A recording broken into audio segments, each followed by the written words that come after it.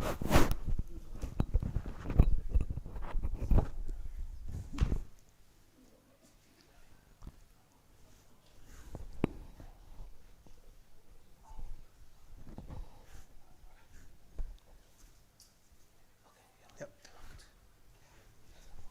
7275.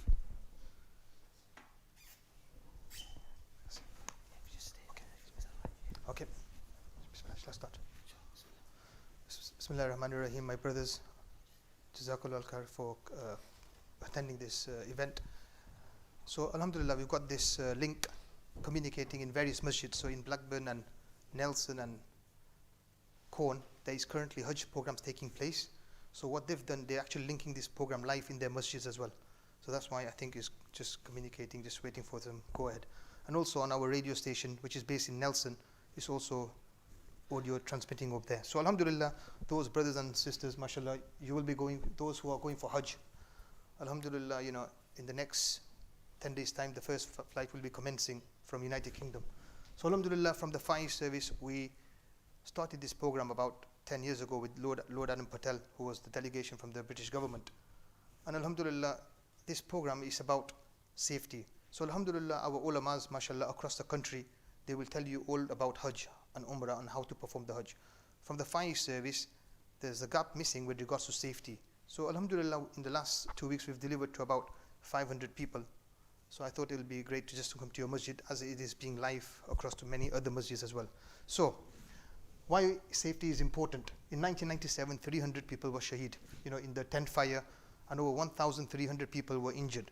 And approximately 70,000 tents were actually perished just because of a person trying to cook. He took his own gas canister in the tent city, and that's when it exploded, and there was a huge fire. I don't know if people remember, but there was a huge, massive incident. And also as a partnership working, we've also got some slides from the Lancashire Constabulary about crime prevention, and also some information from public health. So there's a breakdown in 3 chapters where I'm going to just whiz you through. You can join in as well if you've been for Umrah now, if you've been for Hajj as well. You know, you can join in as well, and because it's all about understanding and learning as well. So next slide, Mohammed. Before. Just touch the screen. No, before. Yeah, that's it. So basically now, if you're going for Hajj, you must have gone through this application, the Nusuk application. So from this country, you know, before we could go with agents, but now you've got to go through this app, Nusuk app. So those brothers and sisters who are going, you must have now gone through this app, Nusuk Hajj app. Okay? Just touch the screen. So there's so many different questions from so many people about payments and how to contact, will we get a receipt, etc. So on the last page of Nusuk Hajj app, there is a question and answers from the Ministry of Hajj and Umrah. Okay, now what is happening at this very moment in time is, if you're a Pakistani from the Pakistani origin, if you have a Nadra card or a Pakistani passport, there are groups actually offering, there are agents who are offering you to go through this app way as well. So from mostly my colleagues from Nelson, Bryfield and Pennine area, because they hold a Nadra card and Pakistani passport as well, they've actually gone through agents like the old system. So there is also packages available, but not for other nationalities, just for if you're holding a Pakistani passport or a Nadra card. If you're as a British citizen, what tends to happen is you've actually now paid through the Nusuk app, they've sent you a receipt, okay? So at this very moment in time, you've paid through the Nusuk Hajj app, and they've now sent you a receipt. If you're going through the other side with the Nadra card, then make sure you get a written agreement. The Hajj is very, very expensive. They'll tell you that you'll get this hotel in Mecca, you'll get this in Medina, in Mina, etc. So make sure you get everything written agreement. Okay. Also, make sure your tickets are very correct. Make sure your passport and your tickets are correct. Just last year, when I went with a colleague of mine, his surname was wrong on his passport. We went to the airport, you know, all happy and everything. Wallahi, and the person at the cabin said that he can't go because his passport was, his surname was completely different. Just few alphabets, they wouldn't let him put. So it's very, very important that when you book a flight, make sure your visa, make sure your passport is identical, exactly the same as it's in the passport. It's very, very important. Also make sure you have your details, the contact details, both in Mecca and Medina. Your Nusuk app will tell you who are your reps in Mecca and Medina as a point of contact. It's also very, very important. Just touch the screen. Make sure you have the necessary visas, okay? Today is the last day to perform the Umrah with Umrah visa. So today is the last, to perform the Umrah is the last day to those people who are performing Umrah today with the Umrah visa is the last day. It's also very important to make sure your visas are correct as well. And very, very important, make sure you have a photocopy of your passport. You know, like our elders used to tell me, you know, make sure you have a photocopy passport, one in your suitcase, one at home. It's very, very important because people might lose their passports. At least you've got a photocopy in your passport or at least at your house. So make sure you've given the relevant passport copies to your families here in UK and also in your suitcase as well if you can. And also, it's very important that if you need any further information, for further guidance, do contact the fco.gov.uk Hajj. Another important working with public health is the meningitis, ACWY. Very, very important. They will ask you this on your Nusuk app. Now, some brothers, what they will tell you, okay, you know, it's okay, they don't check. But for Hajj, they will check, you know, so it's very important. The price does vary.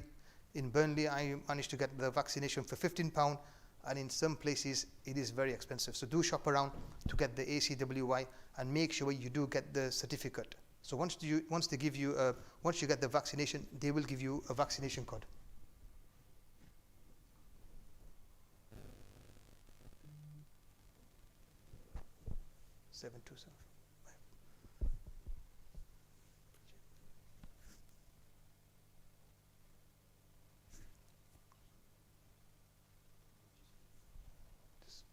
Just touch the screen on there.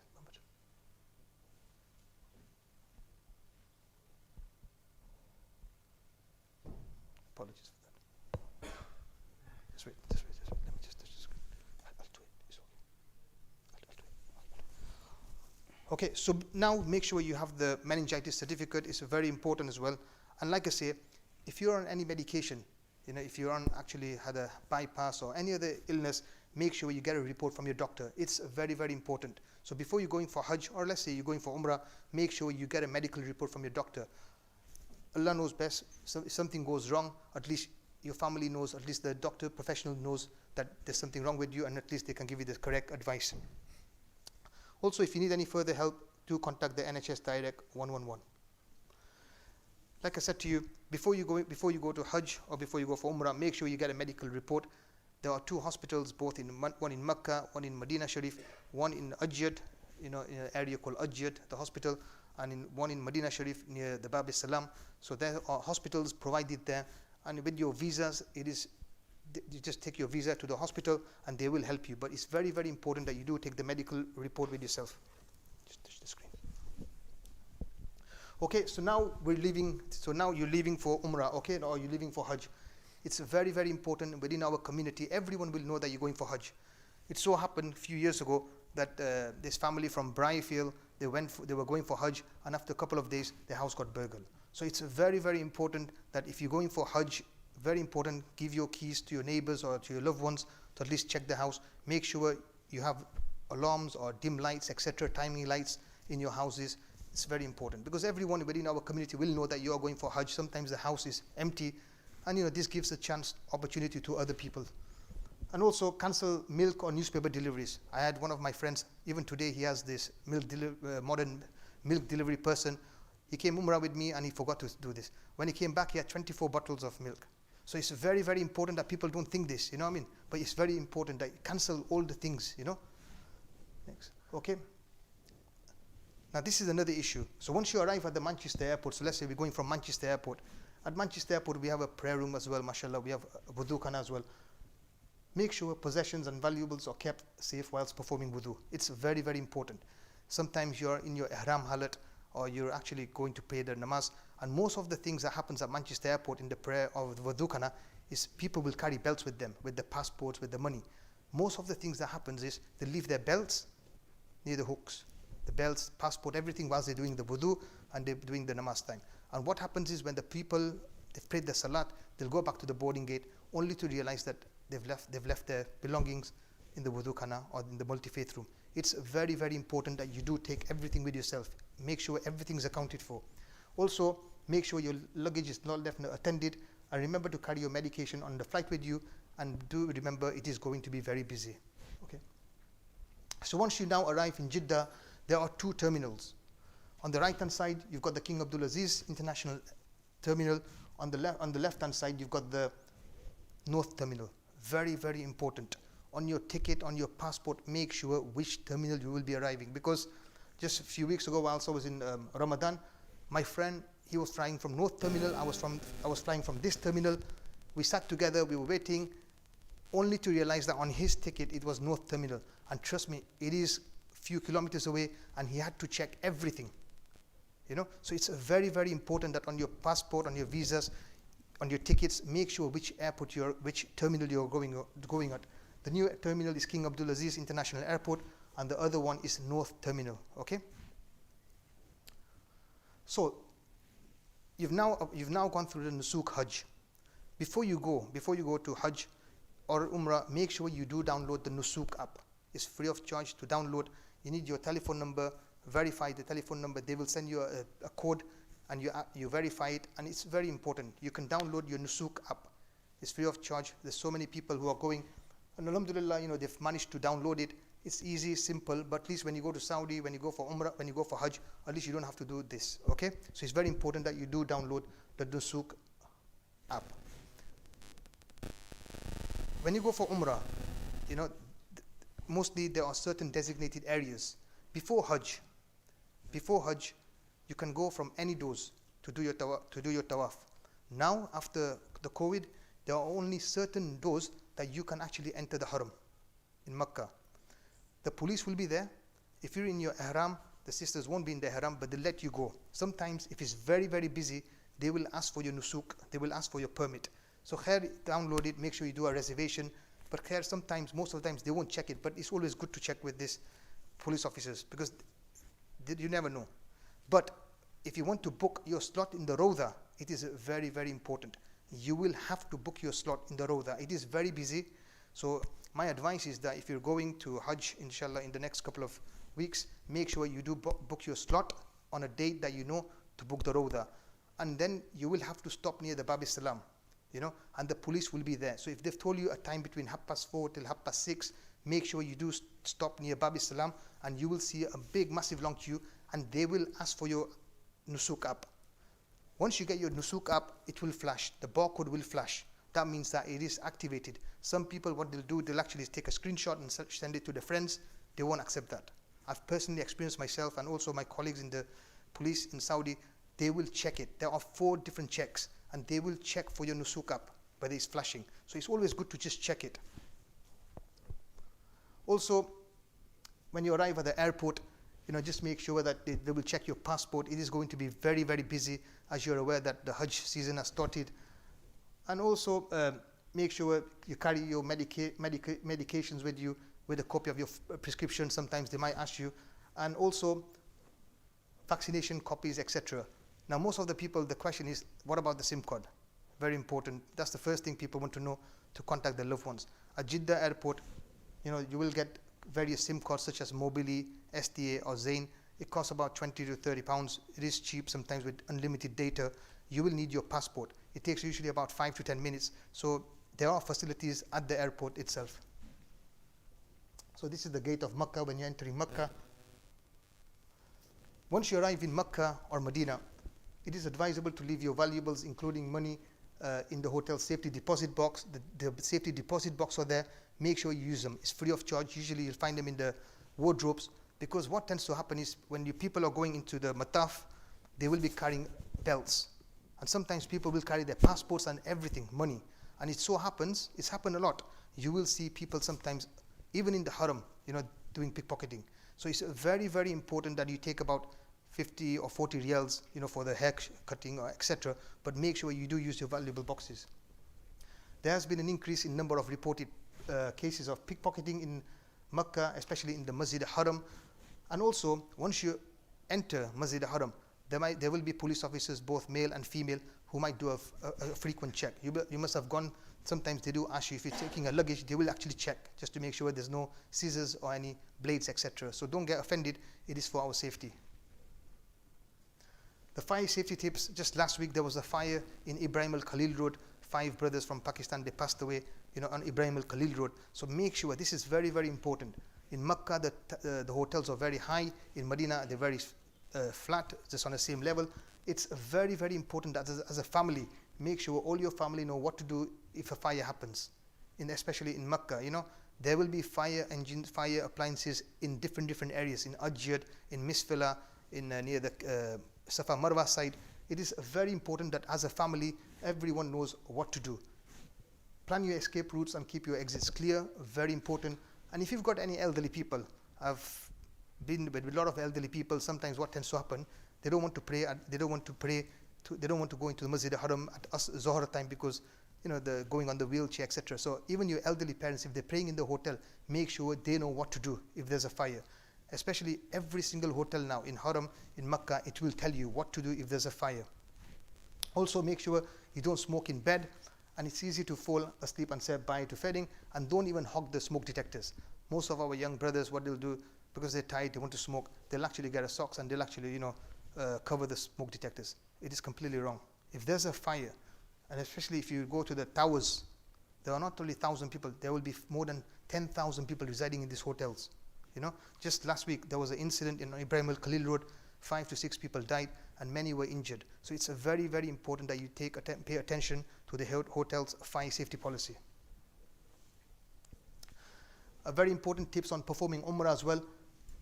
Sometimes, what tends to happen is people will carry a rucksacks and they're just thinking that, okay, they're going to enter Masjid Haram and they'll just tie their rucksacks or their belongings next to an elevator or one sort of near Babi Umrah or King Fahd or King Abdul Aziz gate. They will confiscate. There are now big massive signs saying anything that is left over, they will confiscate. So it's very, very important that you just don't hog the entrance. And also it's very important that as a family, everyone is accounted for as well. Every single door, once you come out from the Masjid-e-Haram, you will think you will be lost. I've been with many groups and many people, and what tends to happen is they've done the Umrah. Once they come out, they have no idea where they are. So as a family, make sure everyone in your group or in your family members, friends, they have the card details of the hotel. Next. Okay, so when you're entering Masjid-e-Haram, make sure there are designated entry points. There are approximately 7 entry points. There are 7 entry points within Masjid-e-Haram. Like I said, before COVID, you can just wear your ihram and just go from any door. Now you can't. You can only go from certain doors. So if you're in your ihram, for brothers and sisters, sisters won't wear their ihram, but you can only go from certain designated doors where the military will be there, and that is the only way you can go into the Mataf area. The Mataf is the area where the Kaaba is and the white marble, that is known as the Mataf. So that is the only time you can enter the Mataf area. So there are designated doors. If you're staying on Ibrahim al-Khalil Road, you will go to the King Fahd door. If you're living in Ajjad, you'll go from the King Salman. And if you're living in the new extension, you'll go from the Babil Umrah. So this sort of doors you will find out. Besides Ihram, you will then have to go through other doors. They won't let you enter into the Mataf area without your normal clothes. I think that's secure.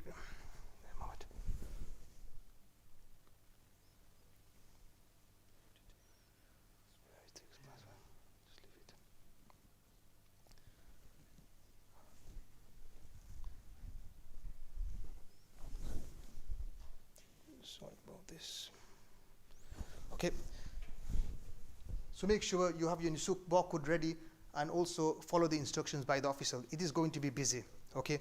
Just a few weeks ago, I had friends. Wallah, they decided that they're going to go from this door. They told everyone, they told all their friends that we will congregate near Babi Umrah on gate number 72. But they never knew that you can only go from certain gates. Not only they were lost, but the whole their group was lost. So make sure you follow the instructions. Make sure you know exactly where you're going. Make sure which door you're going from. And as a family, make sure everyone knows that if someone gets lost, you will meet at this designated gate. Okay? Thanks. So this is like a layout of Masjid Haram. In the new extension, there are mobile phone chargers. There is also free strips with telephone numbers. So if you're going with any elderly people or if you're going with young people, you tend to give your passport, you put a telephone number, and they will give you a free strip. That is on the new extension. So if there's a kid going or if there's an elderly person going, you put it down your wrist, and at least it gives them a telephone number. In case something happens, the police authorities can make a contact. So that's on the free extension as well.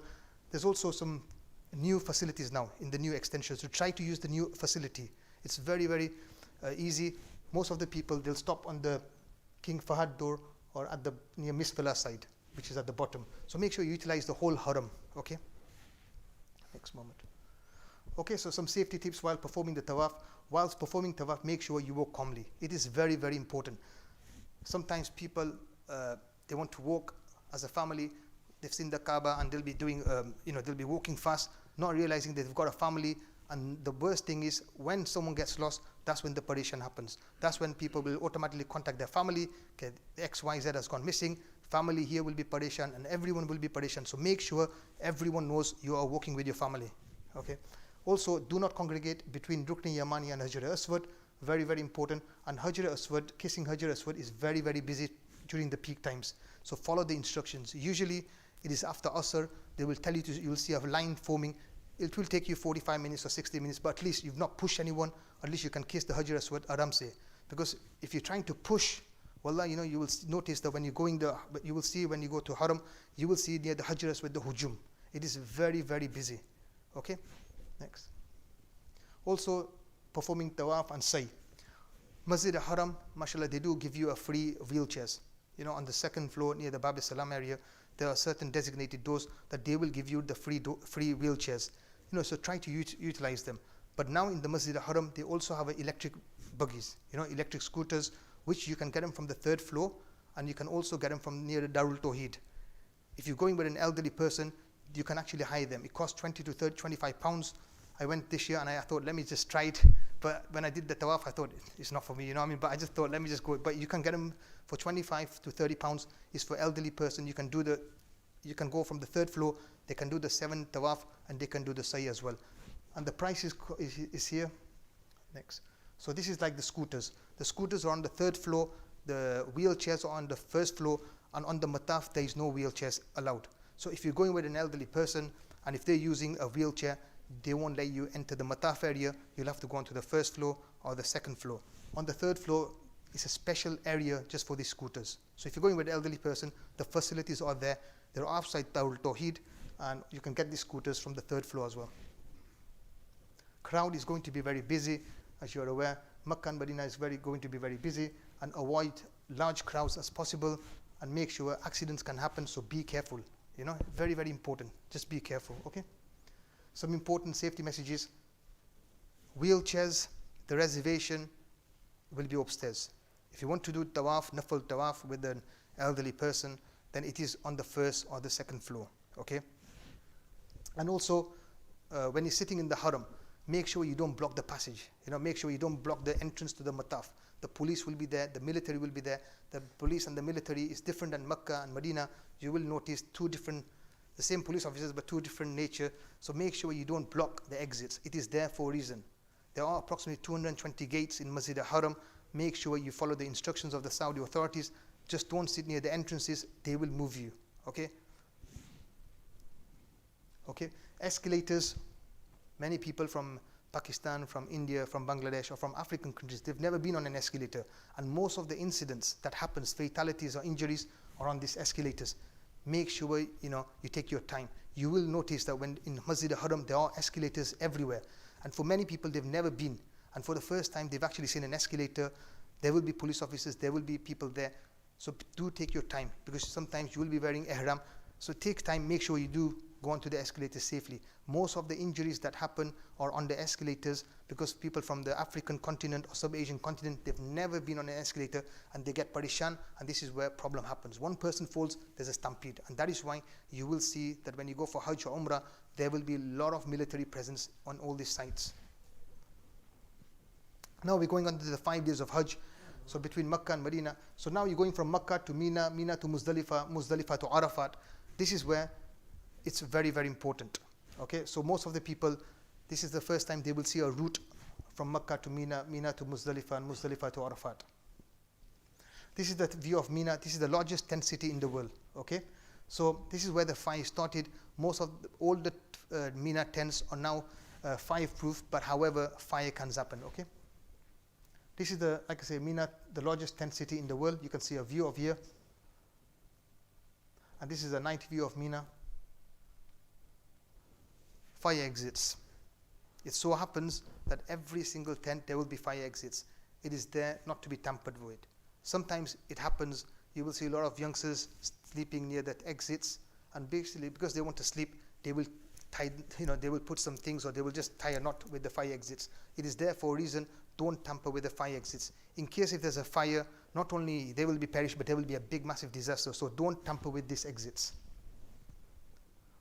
This is an incident that took place a few years ago. There are designated areas for cooking. Your operators, your Hajj providers will actually help you with this, with the cooking, etc.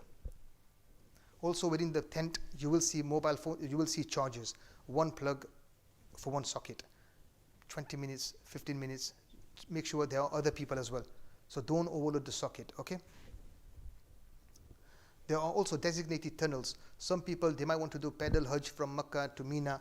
There are designated tunnels. Some tunnels are for the emergency services. Some tunnels are for people. Make sure you use the right tunnels, okay? Now we're going to the Jamarat Bridge. So this is now the floors of the Jamarat Bridge. You can see the smallest, the middle, and the largest pillar in Jamarat Bridge, okay? There will be approximately over 2 million people doing the same thing at the same time. Make sure you follow the instructions exactly of the Saudi authorities. Next. So this is Jamarat during the peak hours. Whenever you go for Rami, as you know, pelting the shaitan, make sure you follow the instructions from the Saudi authority. Walk humbly, don't push, and don't carry any luggage. If you're carrying any heavy luggage, they will confiscate your luggage. And follow the one-way system. In most of the tents, you will see big, massive, large LCD screens beaming live information on what is happening in the Jamarat Bridge. It is for your safety, so don't congregate or give money at the bottom of the Jamarat Bridge. There will be people who will ask you to ask for money.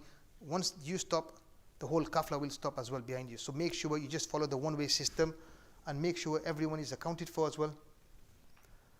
And it is going to be very hot. It's the June, July. It's going to be about 45 degrees. Make sure you take plenty of rest, protect yourself from the sun, and drink plenty of water as well. And also, like I mentioned, at the airport, if they give you an ID bracelet, it is there for a reason. Most of the people, they don't wear this bracelet. It is there for a reason.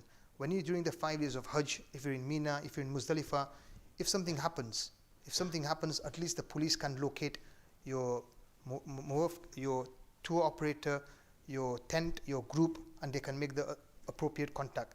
Sometimes what happens is most of the elderly people, which are they've gone to Mina, they've gone to Jamarat, or they've done something, or they've gone missing, they can't be found.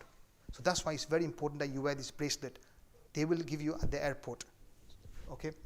And make sure if you have any concerns, make sure you do contact your operator as well, etc. And also traveling from Makkah to Medina, make sure you do ask the driver to stop. Just a few years ago, 4 people from Blackburn died between Makkah and Medina. So it's very, very important that the drivers will be very tired. It is your responsibility to tell the driver to stop. It's very, very important. These are some emergency numbers as well. So, and that's it, khalas. Yeah. Next. And also, if something goes missing, people will carry a lot of money. They will be carrying £2,000 to £5,000. But now you can use international codes. Most of the people, they tend to take Monzo codes, which is good as well. But international codes are operating in Saudi Arabia.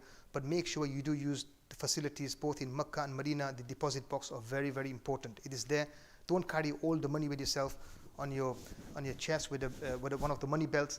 It does happen. People will actually, there will be people who will actually look at you and they will take the money away. So it's very important that all your belongings, everything is in your hotel in a safety deposit box. Next. Any other further information, you can contact the Foreign Office or go through the Nusuk app. At this very moment, so before COVID, we had 25,000 people going to Hajj. Now the quota has completely been reduced. From this reduced quota, more 50% of the people will be traveling from the north of England, from the northwest of England, especially from Lancashire. So inshallah, the first flights will be in the coming weeks. So I'm going to be stopping here because I'll do the question and answers after. But I'm going to pass you over to Brother Muhammad and our firefighters, and I'm just going to give them about 10 to 15 minutes where they can talk about recruitment, and then I think before Maghrib we'll have question answers. Is that okay? So that's what we'll do.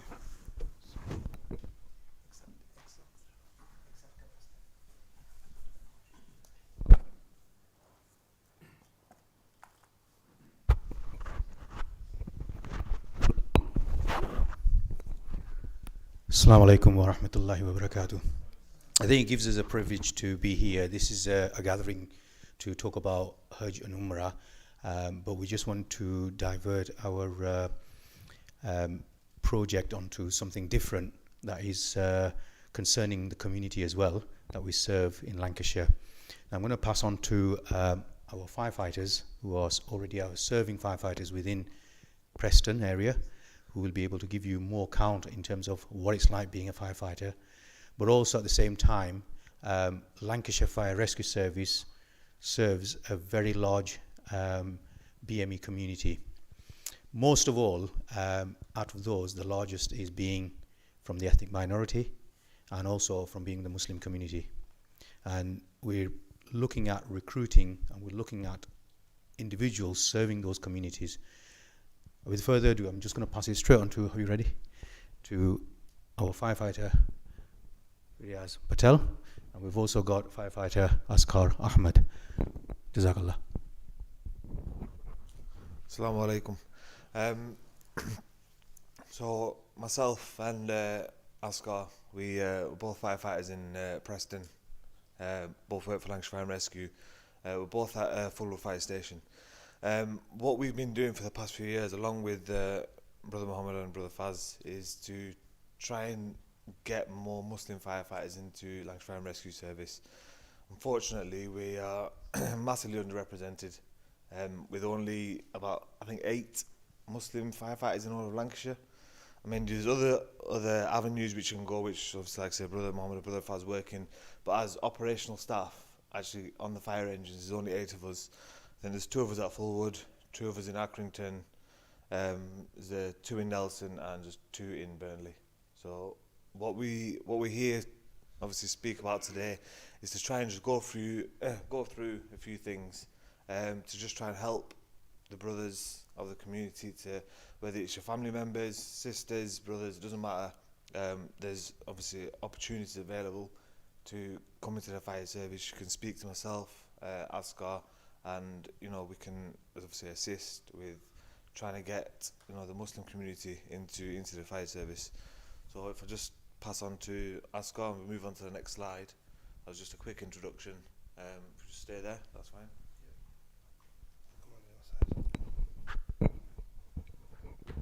A few of the benefits that the fire service offers, obviously like the police, it's got a pension scheme. They let you pray, namaz, or if any other beliefs, they have a multi-faith room. They've got the mental health and well-being, because that's on the rise now. So it's like the council, the police, the fire service, they offers good work-life balance. And me and Riaz, we work different shift patterns, so they have, which will show on the next slide. Obviously also, they need more people from ethnic minority, just so they can offer more to our communities. We've had incidences where me and Riaz have gone to some Muslim family's house, and as you'll all know, we all get a bit scared when we see, obviously, just say 5, white male firefighters coming up 6 foot. They don't want to help.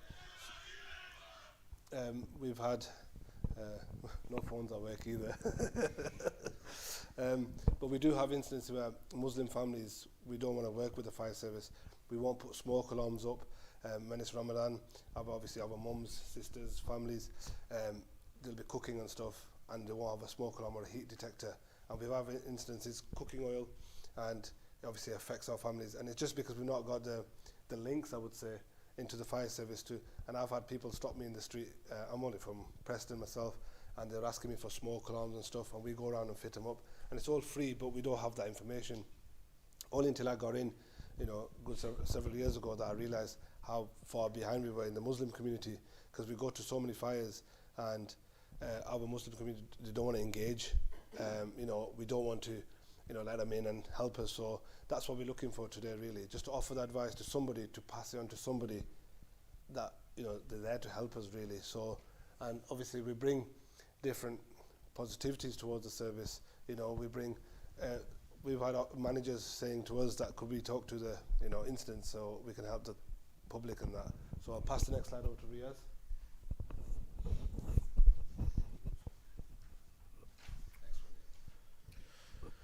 So, mashallah, what we've got here, we've got our first female firefighter in the UK. The service that she works for, it's not with Lancashire. Unfortunately, we haven't got any Muslim females that want to come into Lancashire at the moment. But she works for Nottinghamshire Fire and Rescue Service. What we're trying to get across here is it's not just all male all the time. So there's a lot of females in the fire service. Okay, there's a lot of female firefighters in the service, but there's no Muslim female firefighters. In Lancashire, it'd be absolutely brilliant if we could bring one of those, you know, bring a Muslim female firefighter into the service. They accommodate, like Askar said, they accommodate with namaz. Okay, they accommodate with places to do wuzu. So myself and Askar, we managed to, if it's winter time, you know, we get 4 of our namazes at work. Okay, Bar Fajr, we start at 8 o'clock, finish at 6. We can get all our namazes at work. They never say no to us. Okay, we get time to go and do wuzu, whatever we need to do, and get our namazes at work, alhamdulillah. They've got, in Nottinghamshire, they supplied her with a hijab, so she could still, obviously, you know, keep her modesty while she's at work. There's barriers that people cross, and there's barriers that we have to cross, but they're more than welcome to try and break those barriers down, or even, like, for safety, you know, when we wear breathing apparatus, it sometimes affects where you seal in your skin, etc. A hijab sometimes, you know, might cause an issue there, but again, you know, they've accommodated that for her, and she gets to wear a hijab and things at work. The Race and Religion Employee Voice Group, I think Faz and Mohammed, they're quite well in with that at the moment. I think me and Askar, because we're operational, obviously this sort of sits on the back burner a bit with regards to coming out and speaking to people. We're obviously on the fire engine, so a lot of the time we're on call at night, etc. But again, something like this would be, you know, that Faz and Mohammed would speak about, and I'm sure they'll ask, you know, at the end they'll give you any information that you want. And on to the next one, please, Faz. Pass that. And again. So cadets, what we're trying to do is, if you're under 18 or under 18 and a half, you can't apply for the fire service as a whole-time firefighter. But if you are interested, or if you have got, you know, sons, younger brothers who are interested in joining the fire service, you can join a cadet scheme. So we have one at Preston Fire Station at the retail park, opposite retail park. There's a cadet scheme there, and basically it just teaches the younger generation about fire service. They are firefighters, but just on a cadet scheme. And what it does is it gives them a good stepping stone to get into the fire service if they were to apply when they become at the age of 18 or 18 and a half. Also with the fire cadets, anyone who's young, if you're not in college or high schools, it helps you for the future, or any children, you know, anyone who's got children. It just gives them core skills for if they want to go to college. It's not good for their CV and stuff. So they offer really good workplaces done, and so it really helps children with that. So if anyone's looking forward to that, yeah. And I'll pass you over to Mami Loga if he's going to add some few words on recruitment, because take it on that. Jazakallahu khair. So as a recruitment officers, myself and Faz will be working across Lancashire. A big thank you to our firefighters who's experienced working with the fire service. What we've got recruitment happening over the next few years. In order for us to fulfill these roles, we are strongly targeting our BME community, especially from our Muslim community as well, which is a high proportion of communities living in this Lancashire. So in order to do this, for the next couple of months, a lot of people have these myths in terms of fire service, that you have to be strong, it's a hard job. A lot of things have changed, technology has changed, a lot of information has changed, a lot of work has changed. Some of the things that we do is not just fires. It's about working with road traffic collisions, we're working with multi-agencies, the environment agencies. So in order for us to carry out some of these duties, we're also working as ambassadors, working in schools. So we go to schools and colleges and do fire safety talks. So prevention is the major area that we work with. So a lot of skills are out there in our community.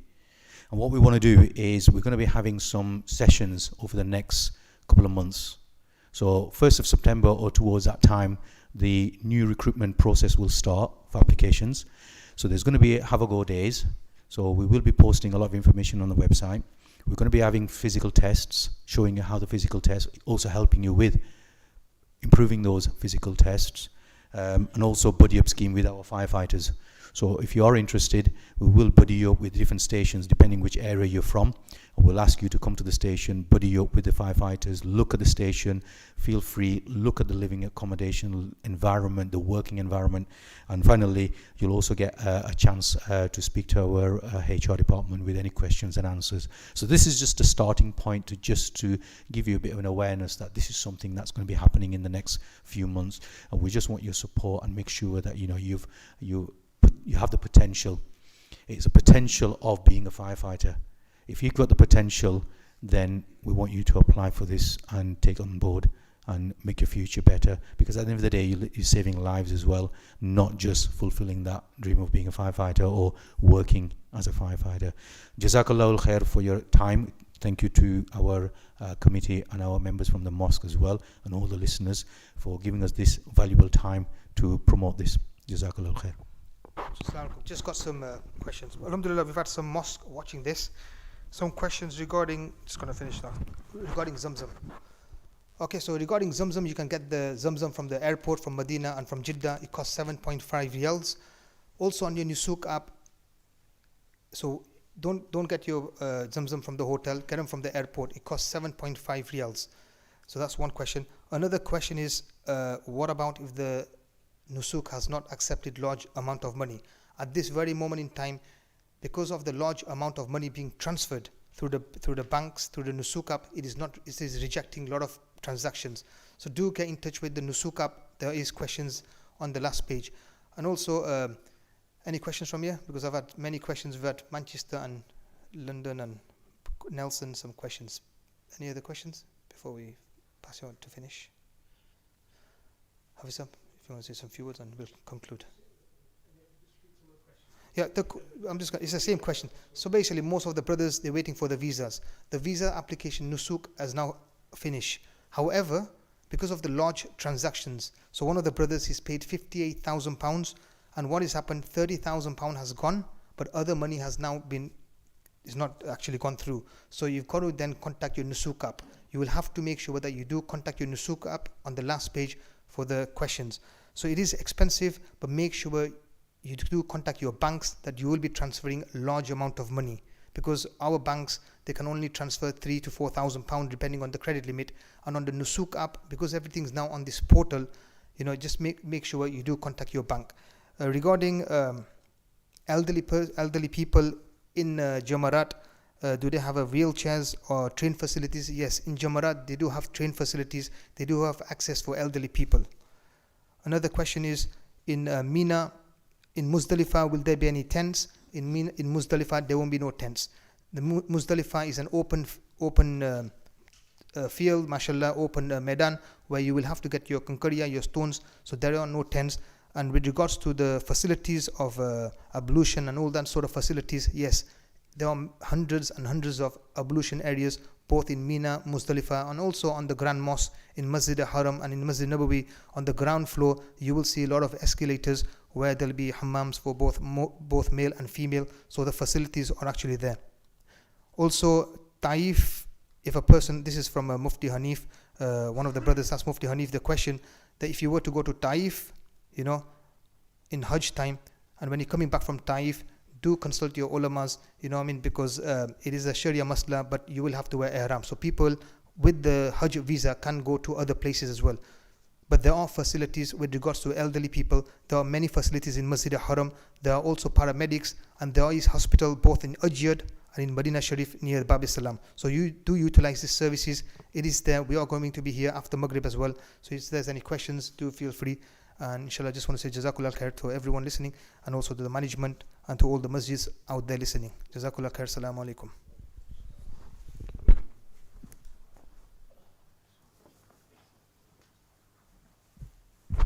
think on behalf of the Masjid, Jazakallah to Brother Faz for doing the presentation and to the firefighters for the recruitment. Jazakallah.